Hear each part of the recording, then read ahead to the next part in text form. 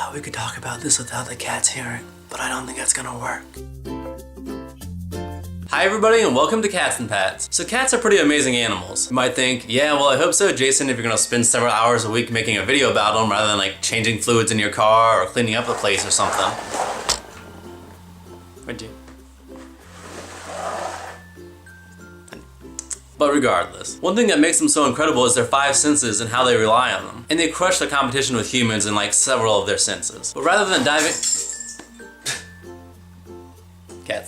diving into all 5, I thought we'd actually kind of break them up a little bit. And today we're actually hitting on one of their most impressive, which is their sense of hearing. And we're talking like superhero level skills here. But let's start out with the numbers. And to kind of visualize it, I'm gonna make a chart. Alright, so we got species. Oh man, this is harder. And we got hertz. Now, humans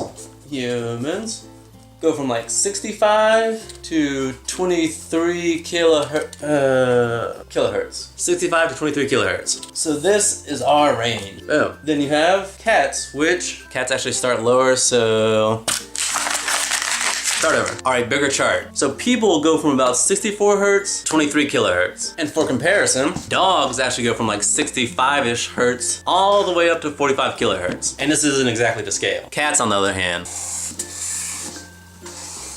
cats start down as low as 55 hertz and they go all the way up to 79 kilohertz. That's 79,000 cycles per second. It's pretty impressive. So, people, dogs, cats. Cats got this on lock. And all these are estimates, P.S.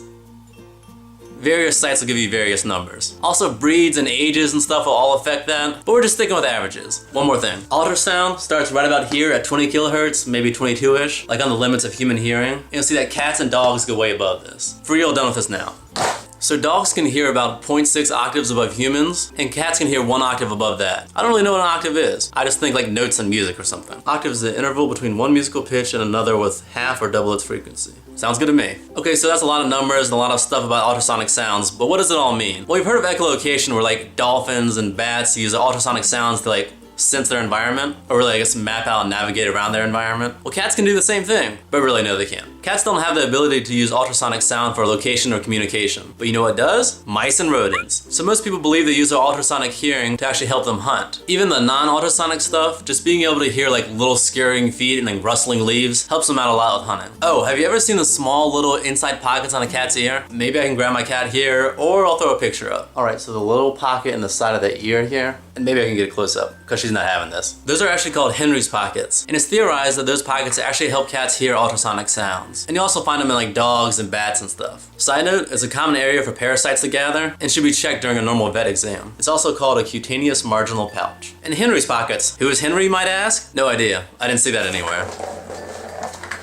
And this is happening mid-video.